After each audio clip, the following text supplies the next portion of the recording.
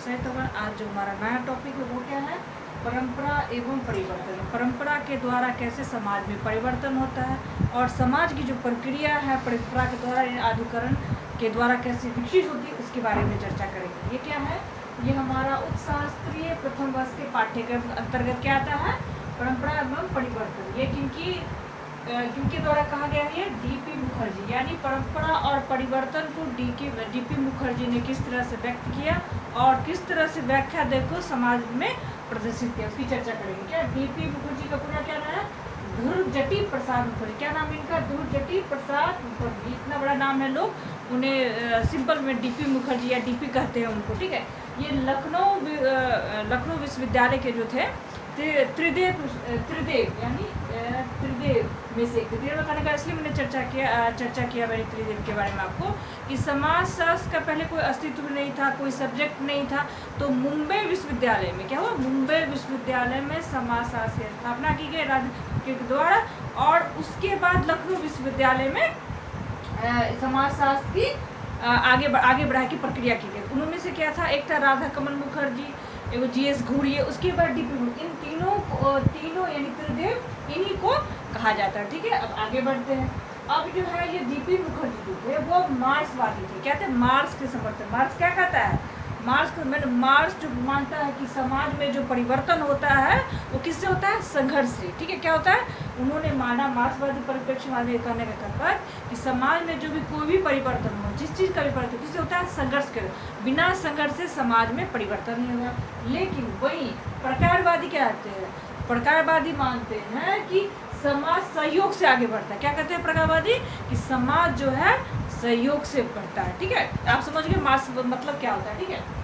अब क्या है, लेकिन मार्क्सवादी राजनीतिक कार्यक्रम की अपेक्षा सामाजिक तरीकों पर प्रभावित थे। अब क्या है, मार्क्स जो थे, जो कार्ल मार्क्स के जो राजनीति के कार्यक्रम थे उसको नहीं मानते, डीपी मुखर्जी ये नहीं मानते थे। उनकी वो सामाजिक क्या, तो उनकी अपेक्षा यानी राजनीतिक कार्यक्रम, राजनीतिक जो कानून है उनको अपेक्षा करते, क्योंकि उनको राजनीतिक क्षेत्र में उतना इंटरेस्ट नहीं था, तो वो मार्क्स के राजनीतिक कानून की उपेक्षा करते थे। और सामाजिक यानी समाज के जो तरीके थे, समाज को आगे बढ़ाने के तरीके थे, जो परंपराएं थे, उसको वो अपनाते, उनसे प्रभावित होते और उनको अपनाते हैं, ठीक है। अब क्या है, परंपरा एवं परिवर्तन की विचार। अब क्या है, मार्क्स ने क्या कहा कि परंपरा के द्वारा समाज में किस तरह से परिवर्तन होता है। जैसे आधुनिकीकरण के द्वारा, और आधुनिकीकरण और परंपरा यानी हमारी जो पुरानी परंपरा है उसके द्वारा किस तरह से हम समाज में परिवर्तन लाते हैं, उसको लाते हैं, उनके बारे में विचार दिया। क्या कहा, परंपरा का मूल आशय संचित या प्रेषित। यहाँ क्या कहा, संचित या प्रेषित। क्या है संचित, मान लीजिए मान लीजिए कोई व्यक्ति है, जैसे मैं हूँ, ठीक। अब क्या है, हम खुद एक संस्कृति के वाहक हैं। हम अब अपने आप की जो संस्कृति है, हम खुद एक संस्कृति है और हम वाहक हैं। लेकिन कैसे वाहक हैं, एकाएक तो संस्कृति हम में नहीं है। क्या हुआ, हमको अपने माता पिता के द्वारा हमारी संस्कृति मिली, जिसका वहन हम कर रहे हैं, और हम जो अपनी संस्कृति और हम अपने बच्चों के द्वारा उसको आगे बढ़ाएंगे। क्या ये संस्कृति क्या है, संचित या प्रेषित। या आप संचित करते हैं किसी अपने पूर्वजों के द्वारा और उसको आगे बढ़ाते हैं, प्रेषित करते हैं, ठीक है। आगे बढ़ते हैं, या समझ गए होंगे क्या कहा, परंपरा मूल आशय संचित या प्रेषित है, ठीक है। आगे बढ़ते हैं, ये क्या है, समाज के केंद्र प्रेषित होगा, यानी समाज के मूल, यानी समाज में जो है मूल कार्यक्रम होते हैं, मूल उसके नियम होते, कानून होते हैं, जिसके अंतर संस्कृति आगे बढ़ता है। ये नहीं है कि आप बिना नियम कानून का समाज है, नहीं। जो समाज की जो संस्कृति होगी, जो समाज के नियम और कानून होंगे, उसका वहन करते हैं, उसको क्या करते हैं, केंद्र क्या होगा आपका, समाज में प्रेरित होगा, ठीक है। आगे बढ़ते हैं, क्या है, यानी समाज की मूल इकाई व्यक्ति के व्यवहार के मानक एवं मूल्यों में संचालित प्रस्तुति। अब क्या है, समाज की मूल इकाई क्या होता है, व्यक्ति। सही बात है, बिना समाज के समाज है, हम है ही नहीं, समाज नहीं, तो सब व्यक्ति के बिना समाज का संभव नहीं है। तो क्या है, यहाँ कहा गया समाज की मूल व्यक्ति के व्यवहार, यानी व्यक्ति के जो व्यवहार होते हैं और के मानक एवं मूल्य, उनके जो मानक, जो मूल्य, जो समाज तय करते हैं, जो हमारी सामाजिक परंपराएं तय करते हैं, कानूनें तय करती हैं, रूप से संचित और प्रेषित, यानी व्यक्ति के द्वारा हमारे समाज के जो नियम कानून होते हैं, एक पीढ़ी से दूसरे पीढ़ी हम संचित करते हैं और अपने दूसरे पीढ़ी को देते हैं, ठीक है। क्या वो क्लियर हो गया आपका, कि संचित एवं प्रेषित होते हैं। आगे बढ़ते हैं, अब क्या करते हैं, देखिए वो जी क्या है, भारत में सामाजिकता का बहुमूल्य, इसके अलावा वह सामाजिकता बहुमूल्य। अब देखिएगा, कहा जाता है कि लोग कहते हैं कि हर 10 किलोमीटर पर भाषा परिवर्तन है, जलवायु परिवर्तन होता है, खान पान में परिवर्तन होता है। तो सोच लीजिए कितना परिवर्तन होता है। तो यहाँ कहा गया है कि हमारा जो समाज है बहुमूल्य है, यहाँ पर हर जाति के धर्म, हर तरह के लोग, हर तरह के परिवर्तन देखने को मिलता है। तो उन्हीं परिवर्तनों को क्या है, और नवीन परिवर्तनों को लेकर हम अपने समाज को आगे बढ़ाते हैं। क्या है,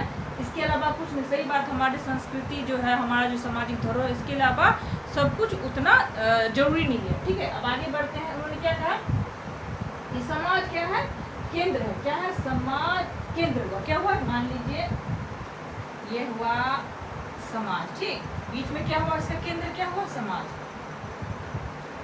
ठीक, समाज हुआ। आप ये देखिएगा यहाँ पे क्या कहा गया, समाज है, इसके अन्य अर्थशास्त्र, दर्शनशास्त्र, समाज, ये इसके इर्द गिर्द घूमते हैं। जब हमारा व्यक्ति नहीं होगा तो समाज का निर्माण नहीं होगा, बिल्कुल सही। व्यक्ति नहीं होगा तो समाज का निर्माण होगा, बिल्कुल ही नहीं होगा। अब समाज है तो समाज ही होगा तभी ना अर्थशास्त्र होगा, राजनीति शास्त्र, दर्शन या अन्य कोई भी सब्जेक्ट होगा तभी। तो बिना समाज के ये नहीं होगा।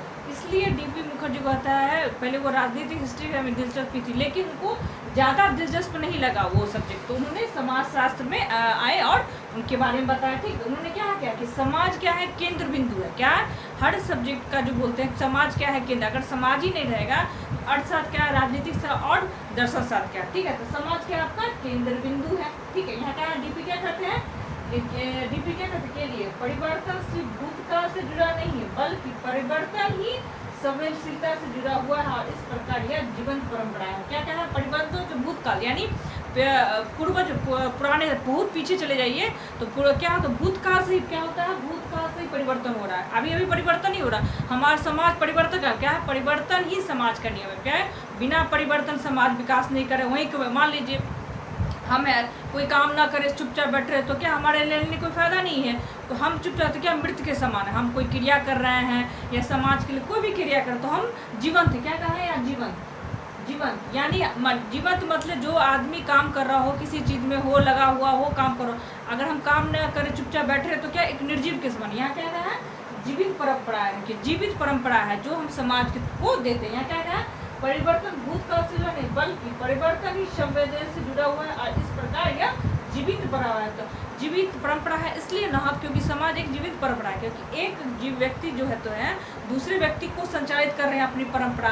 क्योंकि अगर हम जीवित नहीं होते तो अपनी परंपरा को आगे कैसे बढ़ाते। ठीक है, हम आगे बढ़ा रहे हैं क्योंकि हम जीवित हैं कि अपनी परंपरा को सहेज के रख रहे हैं और उनको अपनी पीढ़ी तक पहुँचाए। इसलिए कहा गया क्या है, इस प्रकार यह क्या है, यह परंपरा जीवित परंपरा है। उसका क्या होता है, अब क्या क्या मान लीजिए यहाँ पे उनको इंगित करके बता रहे हैं डीपी मुखर्जी क्या बता रहे हैं। देखिए कह रहे भूतकाली परंपरा और नवीन परंपरा। इन्होंने क्या कहा, भूतकालीन को पुराने टाइम की जो परंपरा, पीछे वाले जो परंपराएं हैं और नवीन परंपराएं हैं उनको क्या जीवित बनाता व्यक्ति संवेदनशील दिया, क्या है गतिशील दिया। उन्होंने कहा कि हमारी पहले की पुरानी परंपराएं, हम जो पुरानी परंपराएं हैं वो परंपरा का और नवीन परंपरा जो समाज में अभी हो रही है आधुनिकीकरण के द्वारा, तो उन दोनों परंपराओं को साथ लेके वहन करना और अपनी परंपराओं को छोड़ना नहीं है, अपनी परंपराओं को अपनी दूसरी पीढ़ी तक पहुंचाना है। तो ये क्या कहा गया, क्या है, ये भूतकाल परंपरा और नवीन परंपरा जीवंत बनाने का व्यक्ति गतिशील है। क्या क्या है, हमारी जो परंपरा भूतकाली परंपरा और नवीन परंपरा उसको क्या है जीवित बनाते, यानी हम यहाँ जो चर्चा की है जीवित परंपरा की, जीवित का जो मैंने चर्चा की कि जीवित कैसे कहते हैं, वही व्यक्ति क्या था उसको क्या था परंपरा को गतिशील प्रदान करता है। अब इसकी कुछ परिभाषाओं के बारे में एक परिभाषा को चर्चा की है, उसके बारे में बताऊँ। क्या यहाँ पे परिभाषा क्या कहा गया है, मोरिस गिल्सबर्ग परंपरा। उन्होंने क्या है, मोरिस गिल्सबर्ग ने परंपरा की जो परिभाषा दी क्या है, परंपरा का अभिप्राय एक समूह के संपूर्ण विचारों यानी समाज के उन समूह के संपूर्ण विचारों आदतों, यानी उस समाज में जो विचार है, समाज की जो विचारधारा है, उन समूह की विचारधारा, उनकी आदतें, यानी उस समूह की जो आदतें और प्रथाओं के योग से जो एक पीढ़ी दूसरी पीढ़ी के हस्तांतरित करती। ये क्या कहा है, मोरिस क्या कहते हैं, मोरिस गिल्सबर्ग क्या कहते हैं, ये परंपरा का अभिप्राय है एक संपूर्ण विचार, यानी आपकी समूह के जो संपूर्ण विचार हैं, चाहे वो रीति रिवाज हो, आपकी विधियां हो, क्या आदतों, और आप जो आदतें अपनाए हैं उन और आपके परिवार में, समाज में जो प्रथाएं हैं, उन योगों को क्या कहा, उन योगों को एक पीढ़ी से दूसरी पीढ़ी पहुंचाना ही परंपरा कहलाता है। इस वीडियो में मैं इतनी बातों की चर्चा की, आगे वाले वीडियो में कैसे द्वंद्व होता है, परंपरा में द्वंद्व होता है, और इनकी जो डी बी मुखर्जी उनकी आलोचना किस तरह की गई है उनकी चर्चा करूंगी। धन्यवाद।